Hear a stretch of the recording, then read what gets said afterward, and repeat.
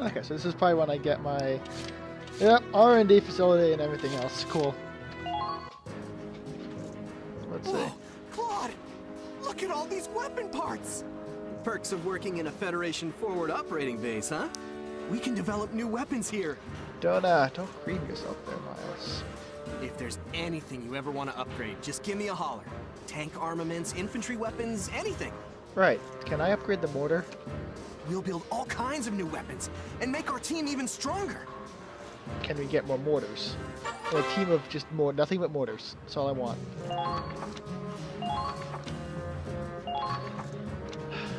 Let's see. Yes, okay. Let's see.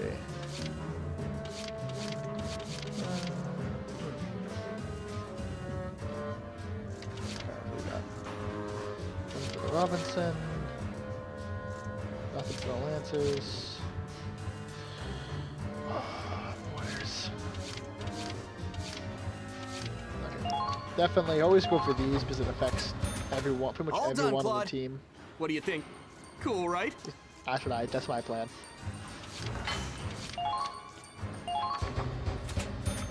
All done, Claude. What do you think? What's this? Oh, heavy armor. Oh, they have 3 kinds of armor in this game. They only had 2 in the last one. Neat. I wonder who, where's this one? Whoa, it turned out great! Hey, let me snap a quick picture before you run off with it. Very excitable, isn't it? Okay, let's just upgrade everything, I guess. Whoa, it turned... I, got a bunch of A's, so that means I got the maximum amount of money I can get for the section of the game. Masterpiece! Okay, that should be that stuff. Yeah, tanks are... Okay. Oh no, did they bring back the... Yeah, they brought back the blocks. I wasn't a fan of the blocks in the first game, and I'm not feeling it now. Let's get some AP shells. Whoa, it turned out... I'll save that for when I have the money for it. Issue equipment, huh?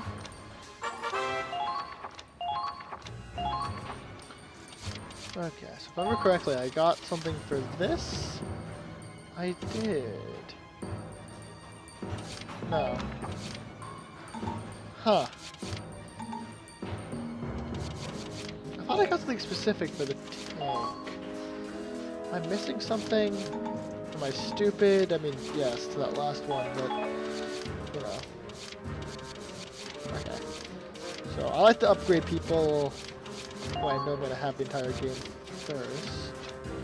So, what does this do again? Any, that's not useful. So, let's do capped bullet. And plus 10 HP, huh?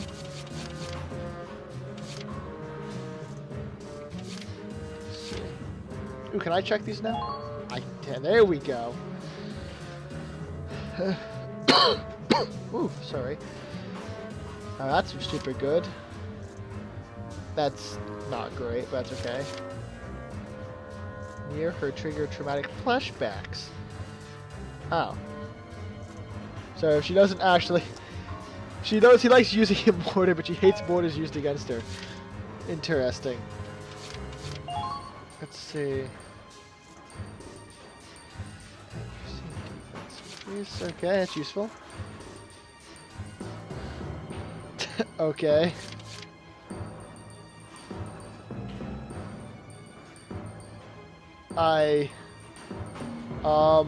You know what? Good name. Good name for the trait. Potential! That's right, they call it potentials. I remember it now. I still want to call them traits. Calling them potentials. Good name. What do we have here? Stage fright. Yikes. Okay. That. Oh, there's even a flying carpet? There's a shiny head, though. This. He kind of looks like Aang without the tattoos.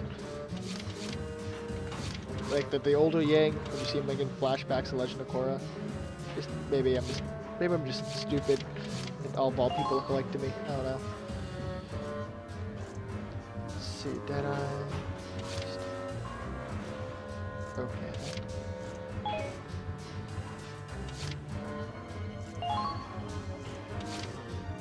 Yeah, so might want to skip ahead if you don't care about this, because I'm going to check these out, maybe make some comments, but I'm curious what these all do, because, you know, new game, they're all new abilities. Okay. Let's see. This guy seems mediocre, except for that tank freak. The other one seems bad.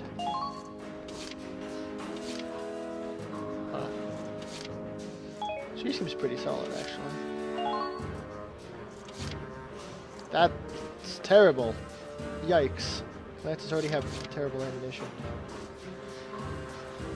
Okay. Well, she seems awful.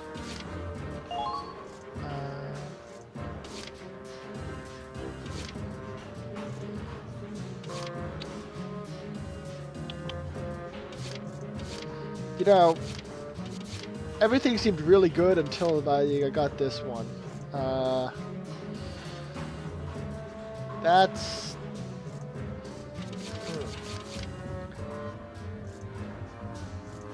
I mean, I guess he's a Lancer, so hopefully I don't have to worry about it.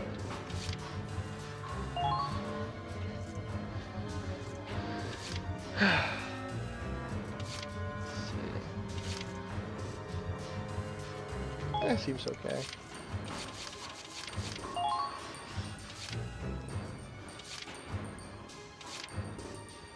Useful. That... I mean, that's... Huh. I don't know what to say to that. That's useful, I guess. Certainly seems true. How could you even tell? Like, I thought the point is that you can't see the enemies. Odd. I'm probably gonna use the hell out of her though. That's kind of metal, not gonna lie. Let's see. Oh, well, that's a half my strategy out the window. Let's see. Look, no one cares about honor if they're dead. Just saying. Just throwing it out there. Let's see.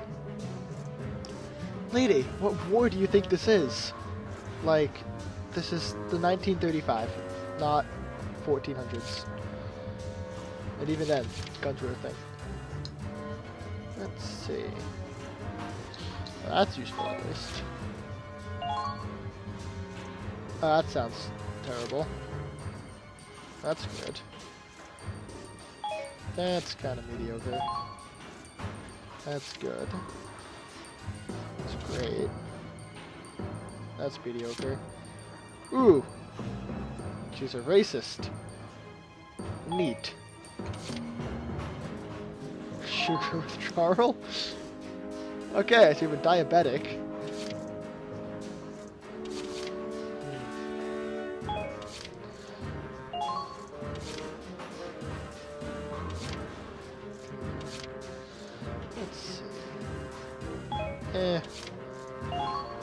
Yeah, you guys saw the toxin.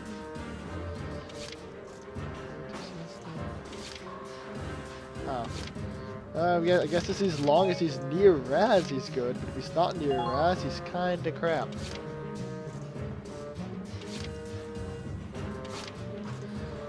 Raz is pretty good. Okay.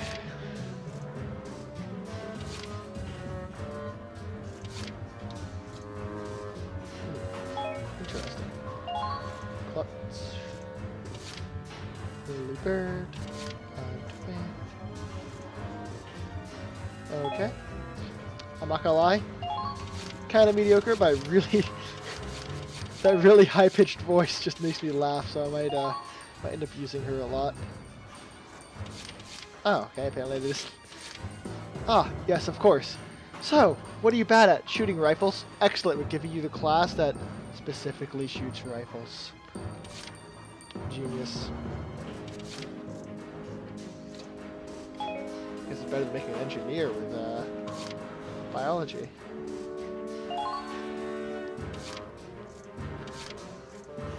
Oh, it's better than the humanitarian from Susie in the first game, where she would just occasionally refuse to shoot the gun, and then she would just end the turn, and it was terrible. And God, I hated Susie. I've never been so tempted to actually get the Splintered Horn achievement by just killing her off.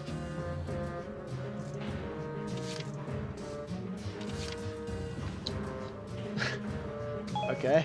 Demand to not choose as a partner when gambling. Do not invite New Vegas, boys. Okay, he's okay. Okay.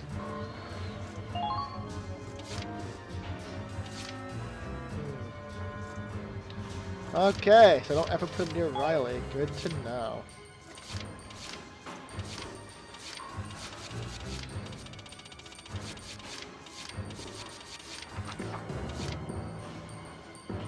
Let's see.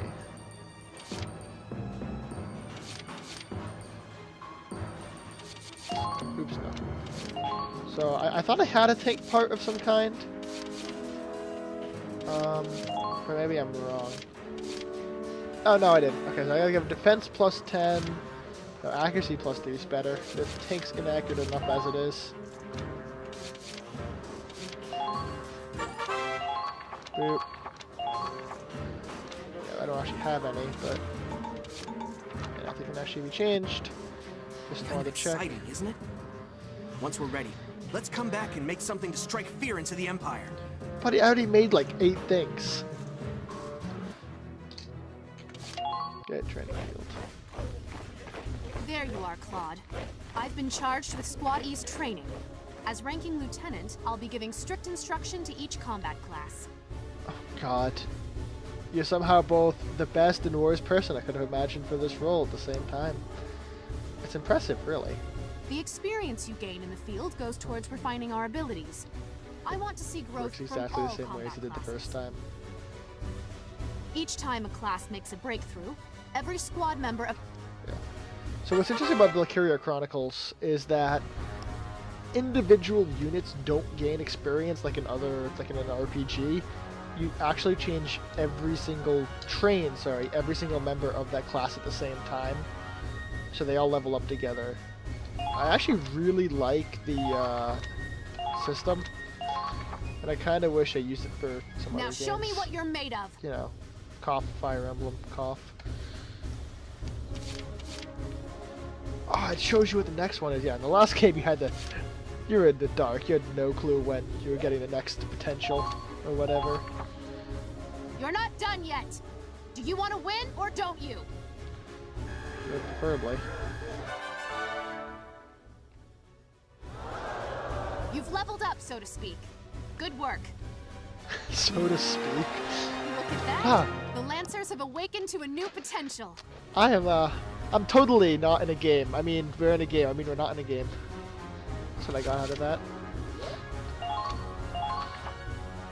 You're not done yet. Do you want to win or don't you? I mean, preferably.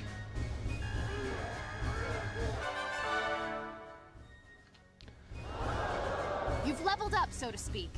Good work. Yay, me. Your troops have crossed a threshold today. You're cleared to learn a new order. Now, let me just throw my jazz hands up in the air real quick. Woo! You can't see it, but I did it. I swear. Well, that's enough, I guess. Probably gonna level You're up not everybody. done yet. Do you want to... Okay.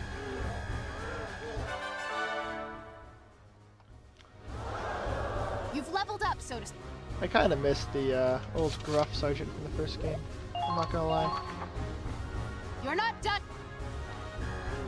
Oh, hey, I can just skip that. Nice. That'll make my life easier. You've leveled up, so...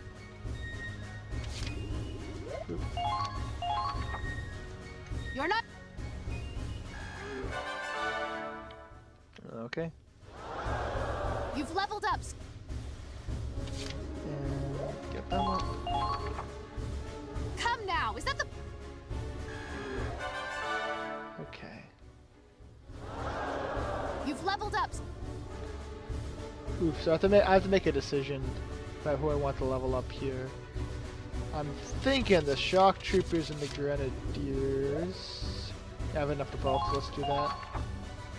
You're not done yet. Do you want to? I wish you kind of had more than one line, but that's okay. You've leveled up. Yay. Ah, I see the. Yeah, we haven't the ability potential. You're not done yet. Almost perfect.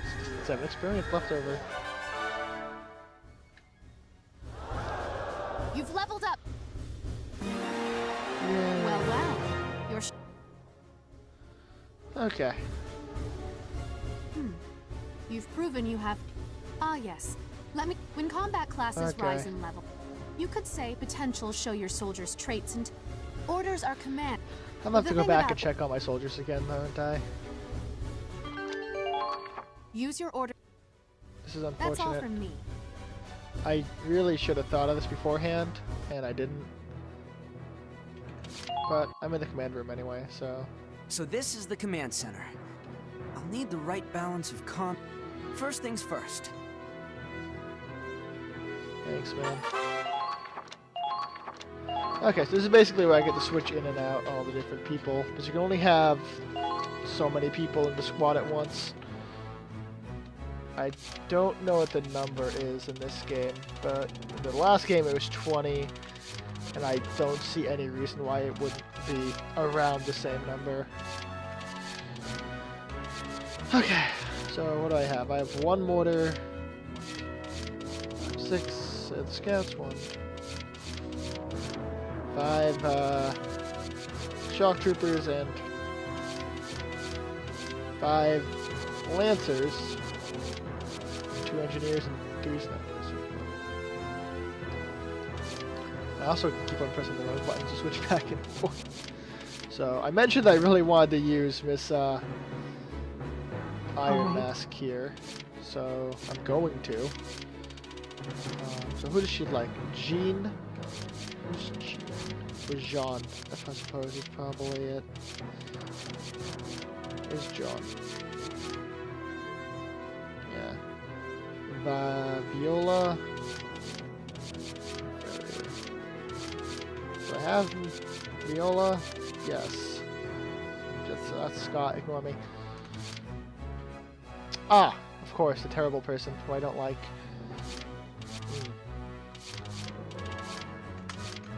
Actually, speaking of, you can go suck a dick. I don't have any place for racists in this army. Oh, so I mean, you're not gonna lie, I mean, Berserker and Aggressive are both pretty good. And I'll crush them all. with that said, is there any reason to use you rather than Ryan? Not sure. I mean, you are crap, yeah. There we go. Is my life. I don't like you very much. You have a cool portrait. I'm imagining a bit of Joan of Arc, but definitely not feeling those potentials that you have there, mate.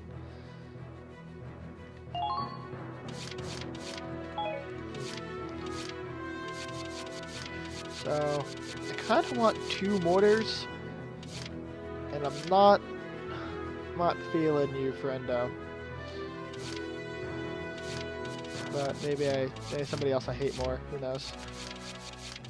Let's see. Aladdin likes Nietzsche, and they also someone named Laurent? Yeah, I've tried to learn all the different relationships in this game. There's a lot of them, and it's hard to keep track of. And I basically gave up on it in the last game. It seems to be a lot less complicated this time. I don't know if that's because like you can unlock more likes later, or maybe it's like dynamic now or something. I don't know. I'll discover it. Maybe it'll give you a tutorial or something. I don't know. Give me a tutorial for everything else under the sun.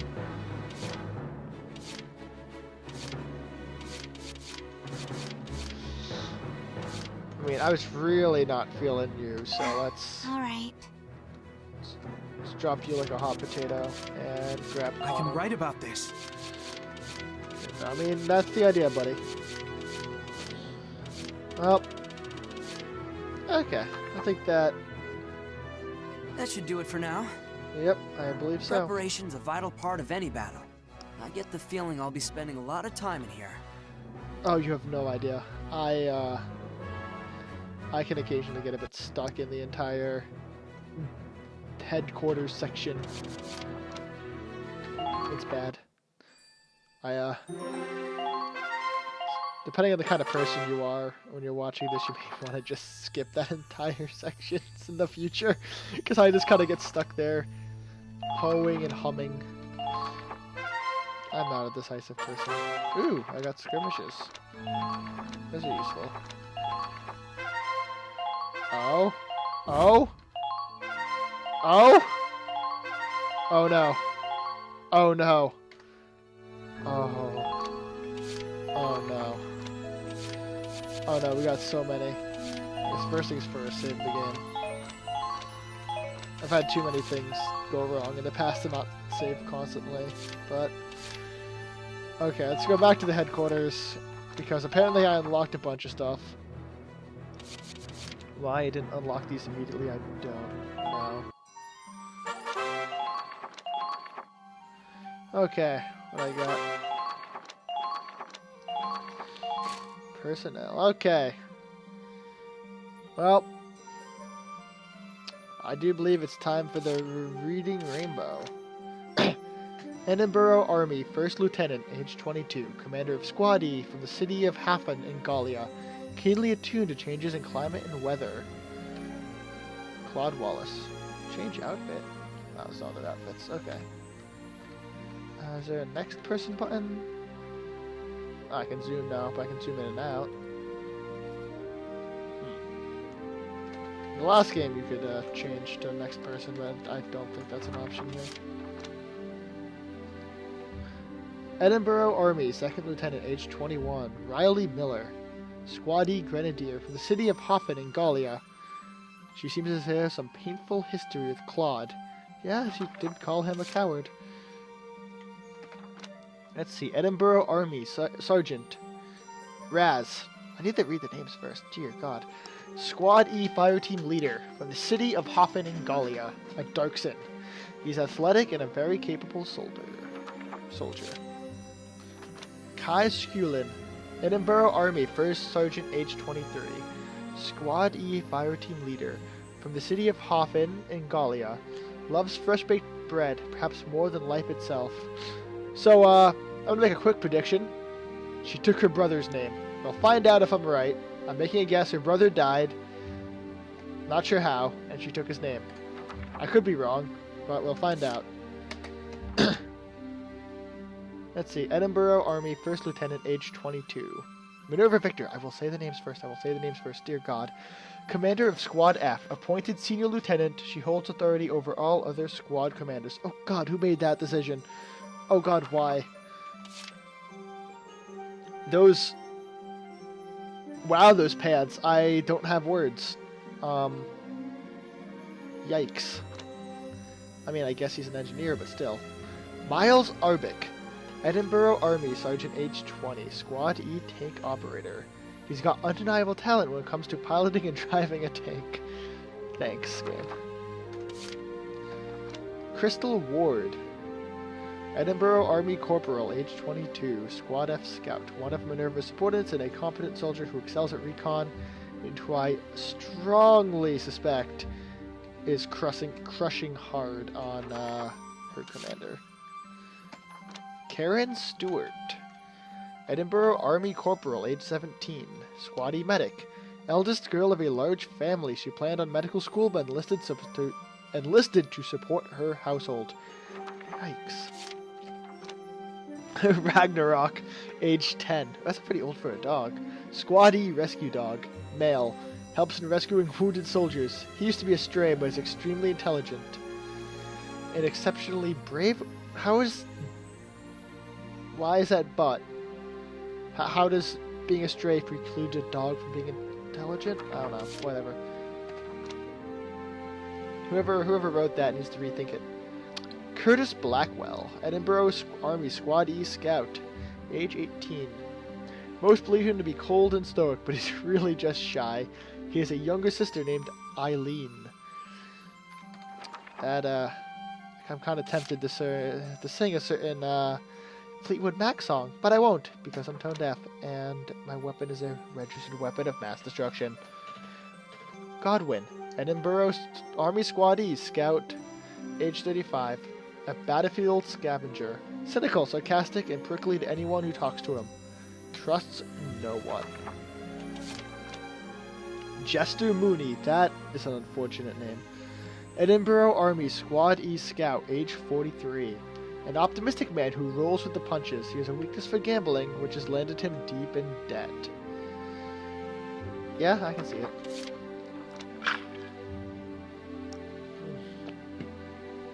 Oh, just some water. Gotta make sure you gotta keep hydrated, you know? Rosetta Valeriano. Valeriana. You know, you think Italian would be easier than, like, some other languages, but no. I can never pronounce anything in it correctly. Valeriano. Edinburgh Army Squad E Scout, age 28. Presents as feminine. Birth name is Rosano. Fights to end the war and combat anti-darks and discrimination. Oh. Okay, so pretty sure that is a trans person, or at least the 1930s version of a trans person. Yeah, this fun fact about Valkyria Chronicles, they are actually surprisingly good, especially since it's Japan, which is not known for this. It's pretty good at presenting like gay, lesbian, trans people in at least the 2 games I've played. Let's see. Teresa Leach, Edinburgh Army Squad E Scout, age 19. A med school student who strives to become a doctor. Very intelligent with a serious, studious personality. Nico Emery.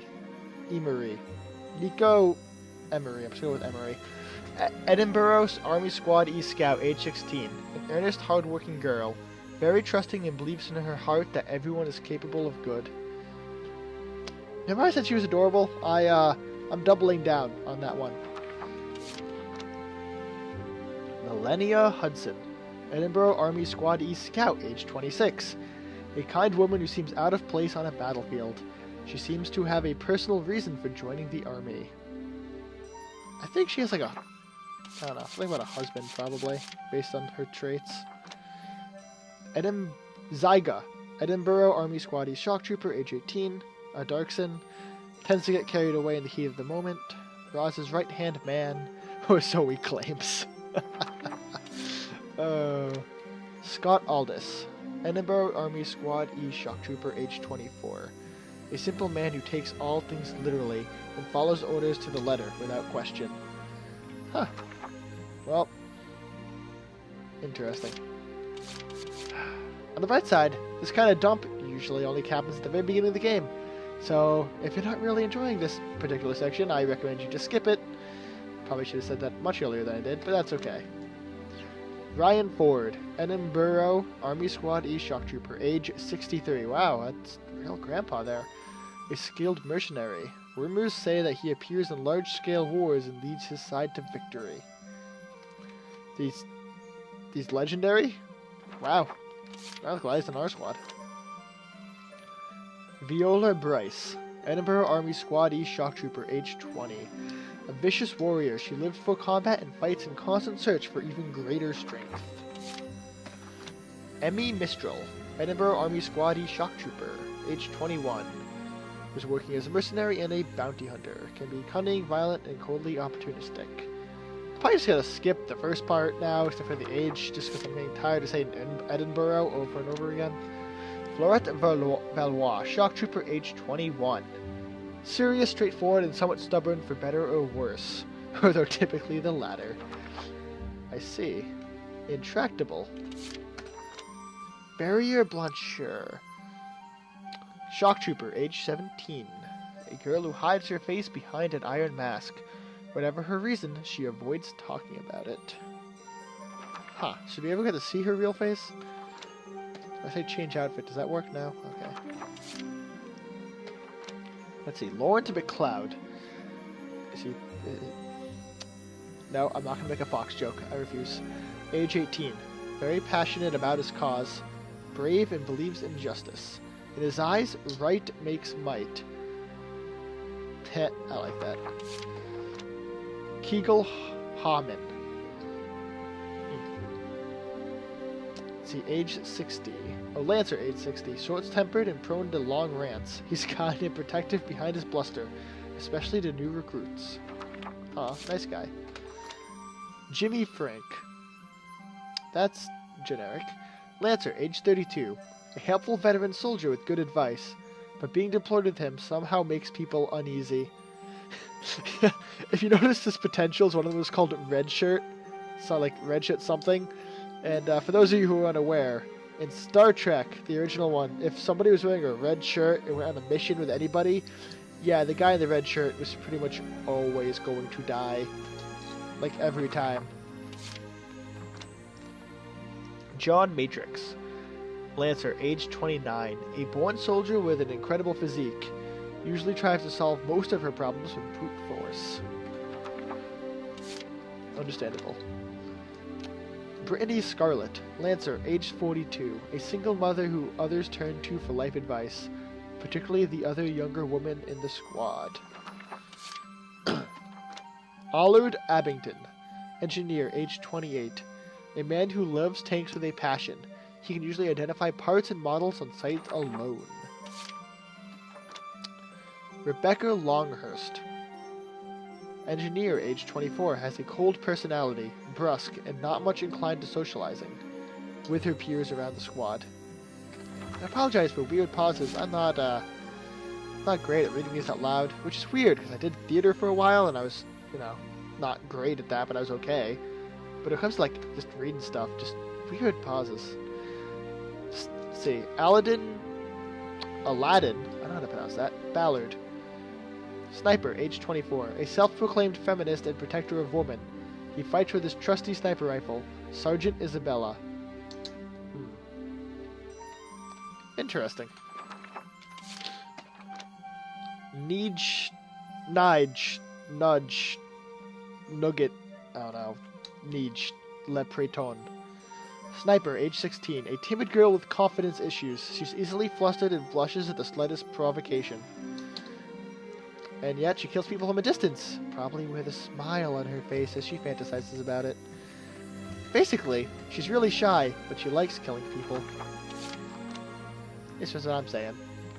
Connor Doherty. Grenadier, age 30. Passionate and devoted to writing his book, but quick to make excuses for his lack of progress. I wonder if this is the guy in the last game. Or I say last game. There's technically 2 and 3, which I never played because I never owned a PSP, which they were exclusively for. But in the first game, I guess, the entire, it's like a frame narrative where the game you're playing is actually a book written by one of the characters who's a reporter. So I'm wondering if this book's frame narrative is, it's a book again. I wonder if this is the guy writing it. That'd be interesting.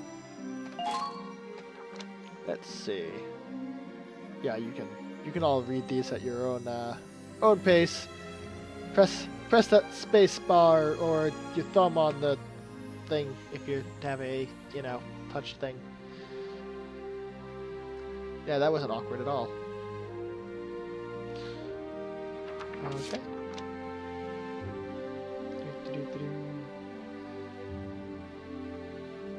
Yep.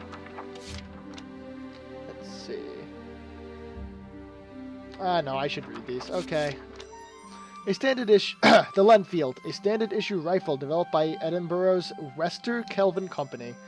A storied model of rifle, initially issued over 40 years ago, Its design has gone through multiple changes and multiple offshoot models since. It remains a favorite of Edinburgh's military and citizenry alike. Squad E is equipped with the newest model incorporating semi-automatic fire. Even with all its attachments, its weight is manageable thanks to primarily being composed of wood. Yeah, I'm pretty sure it's like the Enfield rifle from Britain, but could be wrong. The Robinson. Produced by the Walt Ordnance Co. in the United States of Finland. Gee, I wonder if that's the United States of America. Machine guns in EW1 were too bulky and heavy to be portable. After the war, engineers confronted the idea of machine guns for foot soldiers, and so the Robinson was created as the world's first true submachine gun. Many other models were produced afterward, but the Robinson's easy mass production made it lasting staple of military issuance. It's a common favorite among soldiers and was informally called the Robbie gun. So, for those of you who are unaware, when they were very first, the early designs of like the Valkyria Chronicles games were a lot more realistic and based on real-world tanks. Like, I'm pretty sure the tanks were like literally just called like Panzers, like Panzer 3s and 4s, and they're just flat out the ones from World War II. But they ended up making it a lot more fantasy-based.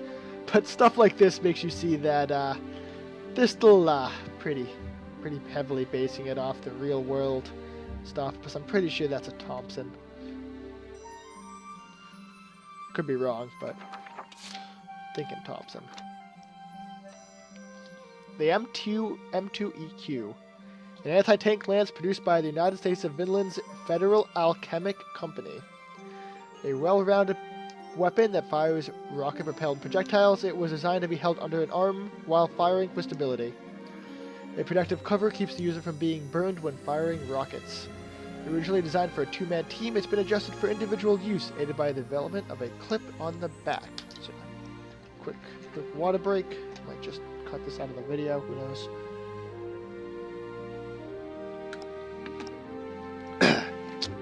I'm used to talking for this long. It really, gets the throat, huh? The LF Wasp. A sniper rifle made by Edinburgh's own Wester Kelvin Company. It is a bolt-action rifle, boasting high accuracy compared to other Lenfield offshoots. Its original schematics are based off of civilian hunting rifles. The standard issue rifle for the snipers of the 32nd Armored Ranger Battalion LF is an abbreviation of Lenfield. Yeah, it's the Lee Enfield from the real world. The Sanders. The Sanders was an infantry support weapon developed by Finland's Forest National Arms Factory, as the army could not supply an artillery vehicle. Wow, for every infantry unit, this portable grenade launcher became an invaluable alternative for the soldiers on the front lines. The downscaling of the mortar's size is thanks to a Ragnar compressor and firing device designed by Riley Miller, military engineer. Wait, she designed it? Then why in the world did they put it on the front lines?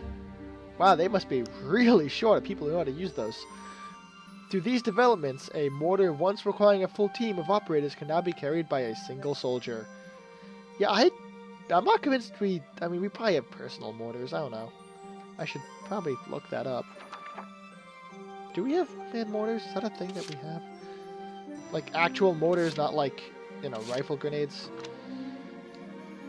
Type F1 grenade, produced by the Valois Republic's Son Diaz Valois. Yeah, that's High France. Diaz Arms Factory. Thanks to its mass production, many were exported to other countries, including Edinburgh and Finland, the latter of which managed to develop their own grenades based on the Type F1. Oh, excuse me. It's been labeled with a great number of nicknames from all the countries it's been exported to, but the popular choice seems to be calling it by fruit-based names like the pomegranate, the ragnapple, and the boomberry. I'm not gonna lie, I like the boomberry. VBWF. Similar in basic construction to those used elsewhere, this friction-fused hand grenade is the official standard within the Imperial Army's European territory. Though the time delay until detonation can be adjusted via the dial or screw on the side of the device, most users were hesitant to deviate from the time that had been drilled into them over the course of training. Understandable. You don't want to accidentally blow yourself up. The Hoffin. An offshoot model of the Vinland Man medium tank known as the Minute, Squad E's version has been modified to Miles specifications. It was then named the Hoffen after Claude's hometown, the Principality of Gallia. Cannon rounds are stored on the side of the tank, an artifact of its outdated design. Oof. In some cases, enemy fire would ignite the rounds, causing explosions. The Hoffen's modifications account for this design flaw, fortifying the tank's sides with denser armor plating. Okay, so this is basically just an upgraded World War I tank. Neat. Federate tank, commonly known as the Minute. These made up the bulk of the Federation tank forces, low in cost and easy to manufacture. Its model was finalized just before the war's beginning. It's a Sherman, guys. It's literally just a Sherman. I think, probably. No, it's a Sherman. The name derives from the Minutemen, civilian soldiers in Finland's war for independence. Okay, yeah, Finland is just the USA. The gathered tanks evoked images of Finland's amassed colonial militiamen. And to parallel their namesakes, who were said to be combat ready at only a minute's notice, the army could assemble a great number of the tanks quickly. And light tank. See, this is one of those weird things about the Imperials. They don't actually name any of their tanks from what I've seen.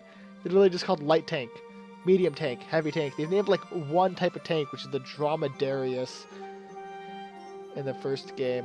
Like, some tanks have like individual names, but like in terms of like naming a class, I've seen like one tank have a class name. Though originally developed before the outbreak of EW2, these tanks saw considerable use throughout it. Taking the stage just as tanks began to see use as a highly mobile unit able to work in conjunction with troops on foot, this model came to define the epoch. I know how to say words. By the beginning of EW2, however, they were showing signs of age and were outclassed by Federation counterparts in terms of frontal firepower. Yeah, they also have 2 turrets, not just 1. Or, yeah, 2 cannons, I should say. They technically only have 1 turret.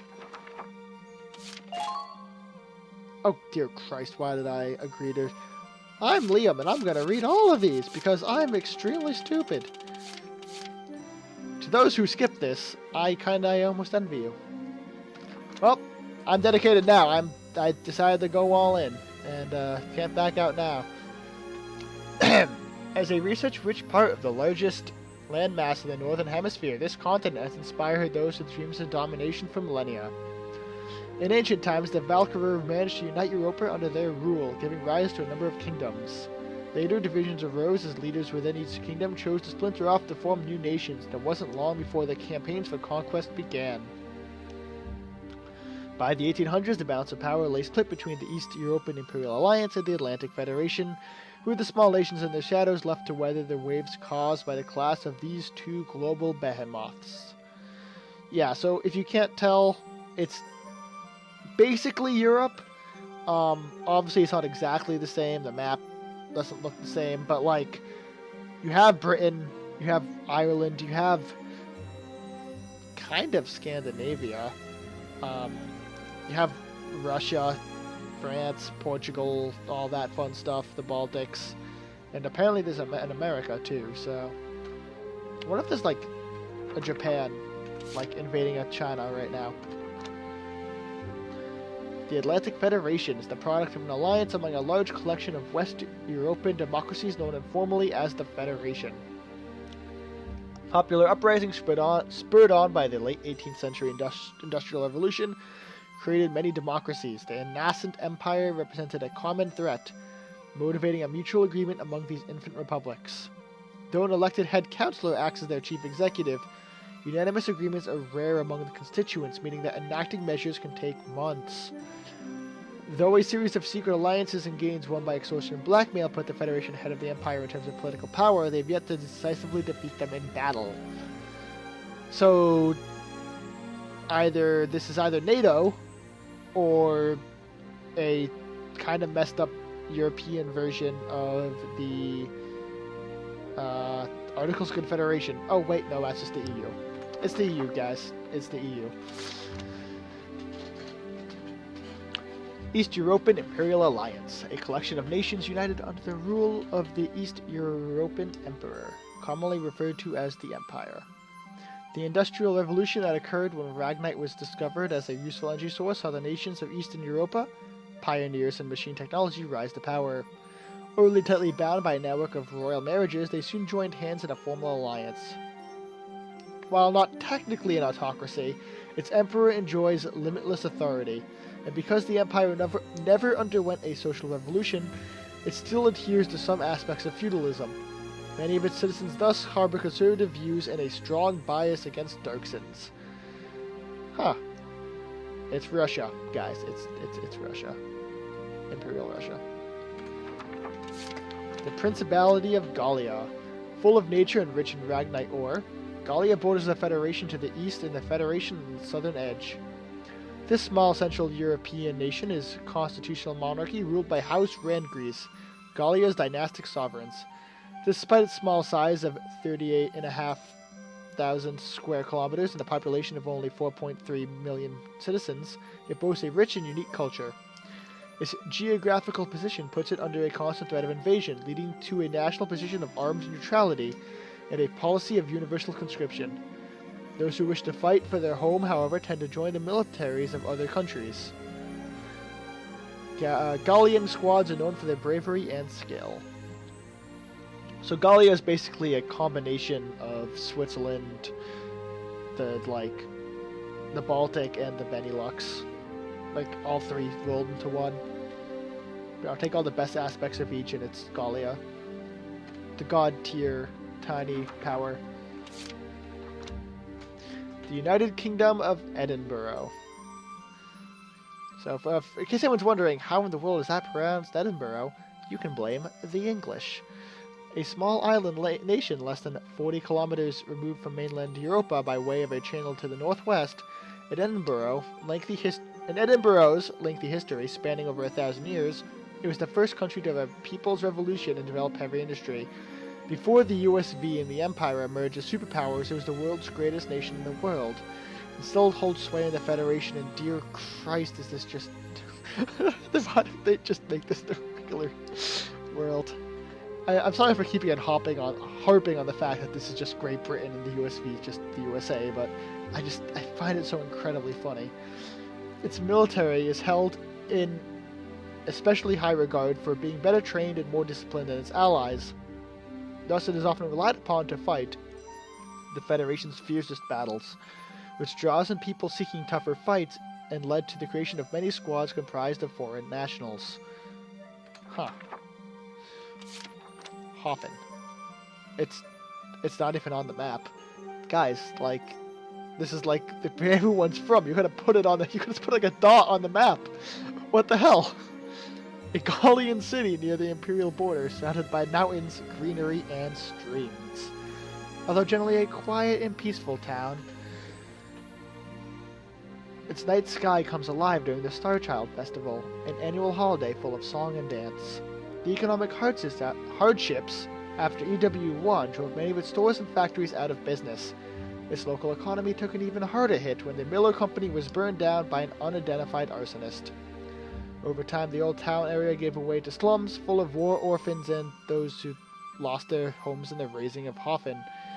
With the ever-present threat of Imperial invasion hanging overhead, this formerly prosperous town is in decline, and wow, that just went downhill really fast. It's like, oh, it's got like this cute little festival, and oh, by the way, it's dying and everyone's leaving. It's like, oh, neat. Fort Crest, a military fortress located to the west of the Empire. Originally a 16th century castle, it was outfitted for a modern war at the start of EW2 to create an impromptu defense outpost. It's surrounded by a deep moat, making it inaccessible to tanks except from the stone bridge leading to the main gate. Or, you know, you can do what they did in the first game and have a tank drive underwater. That was really neat. Equipped with turrets along the walls and outfitted with a 21cm howitzer, the repurposed fortress became a major obstacle in the Federation's advances. Despite being staffed by loyal subjects of the Empire willing to die for their motherland, an elite ranger squad, armed with a portable mortar, managed to take out the artillery and capture the fort in the name of Operation Northern Cross. Empire of the Thunder Cross. That's what I was thinking of. Lindbergh Base. As the Eastern Theater grew in scope, so too did its logistical demands. To meet their supply needs, the Federation Army built a massive forward operating base on the Empire's western front. This FOB was outfitted with quarters to house over 3,000 soldiers, including showers and rec rooms, and a hangar that could store over 100 tanks. Its facilities could also hold the ammunition, fuel, and rations required for a large-scale operation, along with a refueling station for military vehicles and ships. Operation Northern Cross was expected to be a long campaign. For the soldiers of the Edinburgh Army, it was a vital lifeline in the fight against the Imperial Army's logistical advantage. Alright, something very important you guys need to know about the story of Valkyria Chronicles. While it does follow real life very closely, there's one huge deviation. There were no planes. Biplanes are barely a thing. Wright Brothers era glider planes. So, tanks are very abundant in this world because they don't need to worry about being attacked from the air. So pretty much everything is on the ground. There's no air power. No air power whatsoever. European calendar, EC. This calendar used across Europa has at its origin the Valkyria conquest of the continent. For this reason, it is also known as the Valkyrian conquest. Each year is counted in relation to the year the Darkson people were subdued, and Europa was united as a continent. Years predating the unification are denoted as BC or before conquest.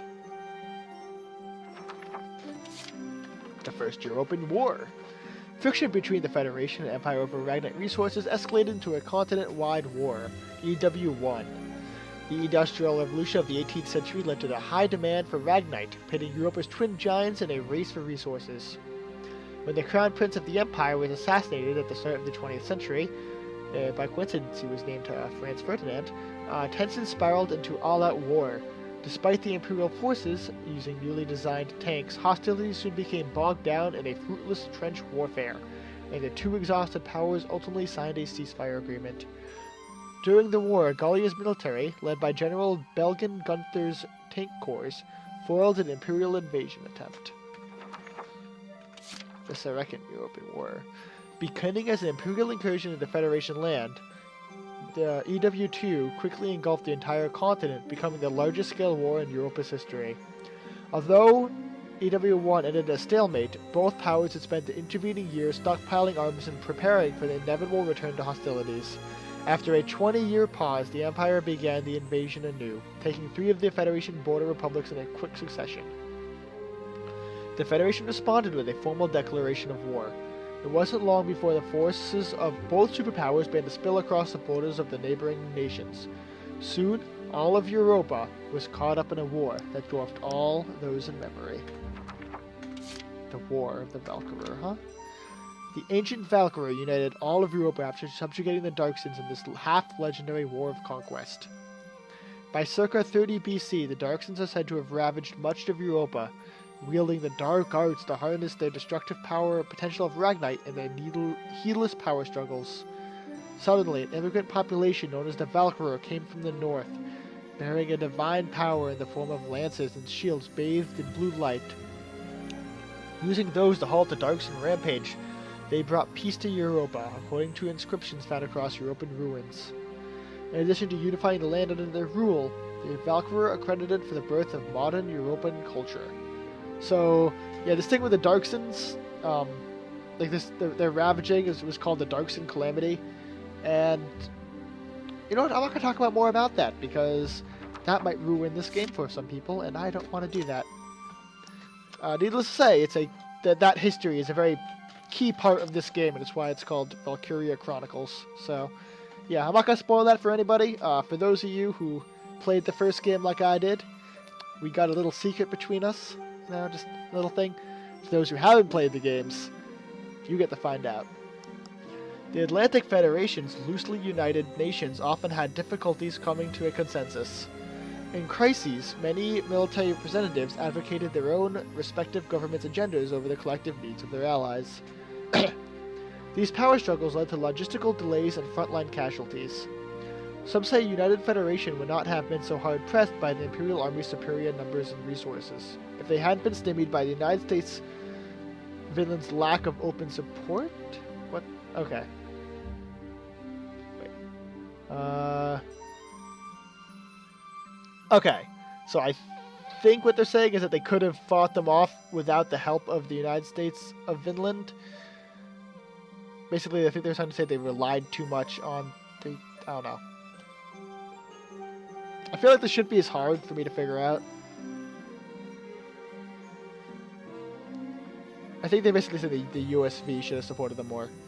Whatever. However, leaders in the Second European War had learned from their past mistakes.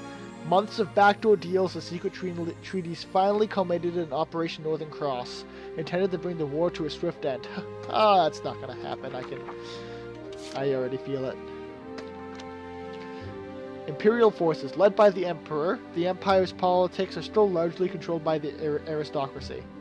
The military is no exception, with several of the highest positions held by the Emperor's blood relatives and closest affiliates. Operating under a code of conduct with roots in the medieval idea of knightly chivalry, troops are expected to give their fealty and their lives to serve the East European Emperor. The Imperial Army was the first to make and employ tanks in place of armored cavalry units, which reshaped the nature of European warfare and secured the Empire's overwhelming military superiority for decades. Squad E. 1st Company of the 32nd Armored Ranger Battalion, 1st Combat Brigade, 101st Division, Edinburgh Army. Their ranks are mainly foreigners to the United Kingdom of Edinburgh, in particular the Principality of Gallia. In an unprecedented feat, Squad E enrolled in the Ranger Corps together, then passed as an entire unit. As such, upon integration to the Ranger Corps, they kept both their E call sign and their commander, Lieutenant Claude Wallace. Led by a tank named after the Gallian town of Hoffen, these soldiers gradually developed a reputation as a ragtag band of eccentric aces to whom no mission was too small to take and no operation was too big to handle. That I'm suddenly reminded of Rescue Rangers. Yeah. I can't even remember the theme, but I feel like I should, and now I have a non-theme stuck in my head, and it doesn't make any sense. Oh, I need to listen to that later, or else it's never going to leave my head. At the turn of the 20th century, a time when trench combat was the primary form of warfare, these armored vehicles were created to breach defensive lines. Their design employs a Ragnaline fuel combustion engine in which the energy is harnessed from the explosive ignition of liquid ragnite. Byproducts include a distinctive blue light and extreme heat, requiring the addition of a radiator, which, by the way, has to be outside the tank, and that's why it's always in the back like that. Yeah. Originally used across trenches and as foot soldier support, economic and technological advances have seen tanks grow to fill a number of combat roles. After the Empire used highly mobile attack tanks in EW1, all of Europa developed new vehicles, leading to the diverse array of models seen today. Wow. What do we got? History's greatest comeback. On the 2nd, Federation Military Headquarters officially announced history's greatest counterattack, a full-on offensive against the Empire, and one that's been rumored among the politically informed for some time now. After all the military lost at the Empire's hands, the Federation is now staking it all in this one grand assault. Given the sensitive nature of the operation, details have yet to be announced, but we received reports that millions of soldiers are on the march towards Imperial soil. However, the Federation seems to be slowed by the bureaucracy of its alliances, while the Empire's dictatorial rule allows them to make swift decision-making. Astute readers should also note that the Federation's initial focus on defense led to spreading the military forces too thin, which worsened their odds against the Empire's superior numbers. With so many Federation territories falling to the Empire, this could be their only chance to turn the tide of this war. Huh. I kind of like those, like the pictures where it's like half the game style, but half real life. It's kind of interesting. Huh. Those are really neat. I like that. The UKE times. You can't discuss the history of war without discussing the history of weaponry. Even beyond the Federation and the Empire, nations across the globe and their brilliant engineers are devising new weapon technology each day. Some inventions even have the potential to reshape the way battles are fought, such as our forces' new portable mortars. Amen. These mortars can launch shells into the air, which unleash a powerful detonation upon hitting the ground. That is what mortars do. Their raw power and easy portability have both civilian and military commentators alike singing their praises. The advent of tanks and machine guns elevated warfare to a level never seen before. These mortars may well do the same. May God help the first person who invents the close air support plane. Unbreakable, crest broken. On the 10th, the Federation military announced that they were successful in capturing Fort Crest, an Imperial stronghold in the western region of the Empire. Despite fierce Imperial resistance and Allied casualties, Federation forces persisted through dire odds and seized victory, however slim. While this was undeniably a logistical blow to the Imperial forces, the victory may be more significant as a much-needed symbol of hope. After so many losses against the Empire's military might, this success may do much to raise our soldiers' morale. They will be eagerly listening at the Times for news of more Allied victories to come. Oh my goodness. I think... Please tell me that's everything. I am really feeling it.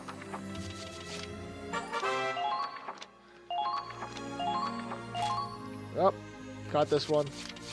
Got that one. Yay. I'm just kind of like checking these just to get all the tutorial stuff out of the way. Tutorial for tutorials. Oh boy. I am not reading these out loud. I'm just seeing if there's anything I care about. And probably not, but... Thanks.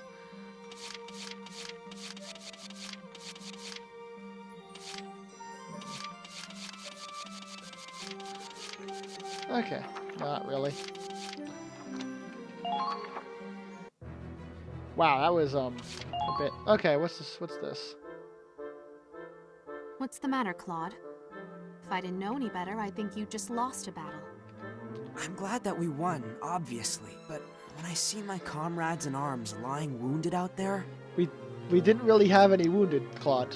I don't know what you're on. We're not in boot camp anymore. This is war. If that's all it takes to get you down, you won't stand a chance when the bombs really come flying. I know that, alright? War means blood. War means death. Still, it doesn't make it any less painful to leave behind a comrade you know you could have saved. Claude, you haven't done that. Claude, when have we ever done that? We've been in like one battle and everyone was fine. I'm not disagreeing with you, but tending to the wounded is the medic's responsibility, not ours. Sure, except when they're too far away to make it in time. Sometimes you can run as fast as you can to get help and still get there too late. Seriously, what did I miss? Who did we lose? Can't argue with that. If only we could relay the urgency of the situation to HQ. Perhaps like this? Okay.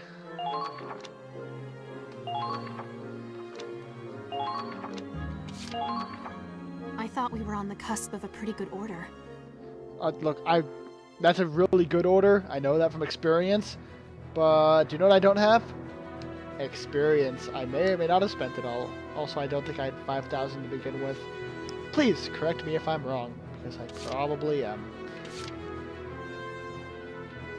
Okay. So having just dicked around in the headquarters for like an hour, and having not advanced the plot,